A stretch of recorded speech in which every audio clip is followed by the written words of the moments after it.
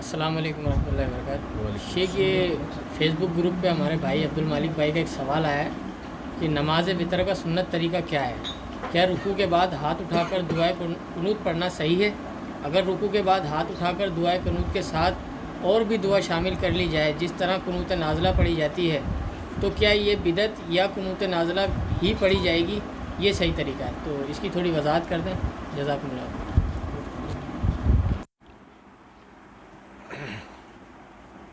اصل میں دیکھیں، پہلے اس بات کو سمجھنا ضروری ہے کہ بدعت اس عمل کو کہا جاتا ہے جس کی شریعت میں کوئی اصل نہ ہو اور اس پر عمل کرنے والا وہ عمل کرنے کے پیچھے اجر و ثواب کا امید رکھتا ہو، تو اس عمل کو جو ہے وہ بدعت کہا جائے گا۔ اب ظاہر ہے کہ دعائے قنوت کا جو معاملہ ہے وہ تو شریعت سے ثابت ہے، اس کے لیے بدعت لفظ کی بحث نہیں ہوگی۔ پھر جہاں تک یہ بات ہے کہ وہ رکوع سے پہلے پڑھنا ہے یا رکوع کے بعد، تو دیکھیں جو دلائل ہیں وہ اس بات کا ساتھ دیتے ہیں کہ رکوع سے پہلے پڑھا جائے۔ ایک طبقہ علماء کا رکوع کے بعد بھی پڑھنے کا قائل ہے اور وہ قیاس کرتا ہے اس مسئلے کو قنوت نازلہ پر۔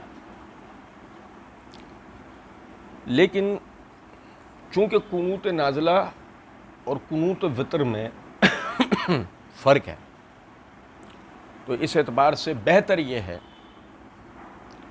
کہ جو دعائے قنوت ہے وہ وتر سے پہلے، یعنی رکوع سے پہلے پڑھی جائے۔ یہ صحیح بخاری ہے، صحیح بخاری میں ابواب الوتر میں امام بخاری نے باب قائم کیا، باب القنوت قبل الرکوع و بعدہ، کہ قنوت کا بیان رکوع سے پہلے رکوع کے بعد میں۔ اب اس میں امام بخاری رحمۃ اللہ علیہ نے قنوت وتر قنوت نازلہ دونوں کا مسئلہ سمجھایا ہے۔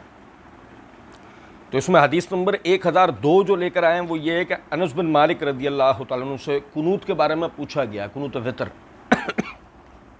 تو آپ رضی اللہ تعالیٰ عنہ نے فرمایا کہ دعائے قنوت نبی صلی اللہ علیہ وسلم کے زمانے میں پڑھی جاتی تھی۔ میں نے پوچھا کہ رکوع سے پہلے یا اس کے بعد؟ یعنی راوی وہ جو پوچھنے والے ہیں، سوال کرنے والے، وہ کہتے ہیں کہ میں نے پوچھا رکوع سے پہلے یا رکوع کے بعد؟ تو آپ رضی اللہ تعالیٰ عنہ نے فرمایا کہ رکوع سے پہلے۔ یعنی دعائے قنوت کب پڑھنی ہے؟ رکوع سے پہلے۔ اسی طریقے سے یہ سنن نسائی میں کتاب قیام اللیل، اس میں باب ہے ذکر و اختلاف الفاظ الناقلین لخبر ابی بن کعب فی الوتر، کہ ابی بن کعب کی حدیث میں راویوں نے جو اختلاف کیا ہے وتر کے الفاظوں میں، اس کے تحت حدیث نمبر 1702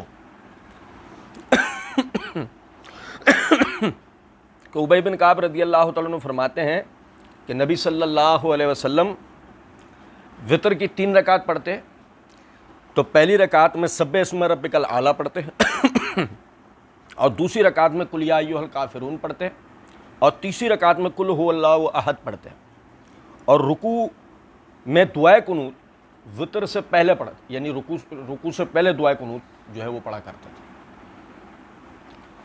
یہ ابی بن کعب رضی اللہ تعالیٰ عنہ کی حدیث میں بھی یہ الفاظ ہیں۔ اسی طریقے سے اس روایت میں ایک اشکال آتا ہے کہ سفیان ثوری رحمۃ اللہ علیہ اس میں مدلس ہیں، صیغہ ان سے روایت بیان کر رہے ہیں۔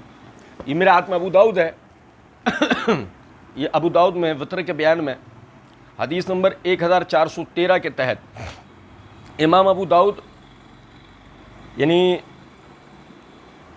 سفیان ثوری رحمۃ اللہ علیہ کے مطابق میں فطر بن خلیفہ اور حفص بن غیاث کی روایتیں لے کے آئے ہوئے ہیں۔ یعنی فطر بن خلیفہ اور حفص بن غیاث متابع ہیں سفیان ثوری رحمۃ اللہ علیہ، تو لہٰذا تدلیس کا جو مسئلہ ہے وہ بھی اس روایت پر نہیں آتا۔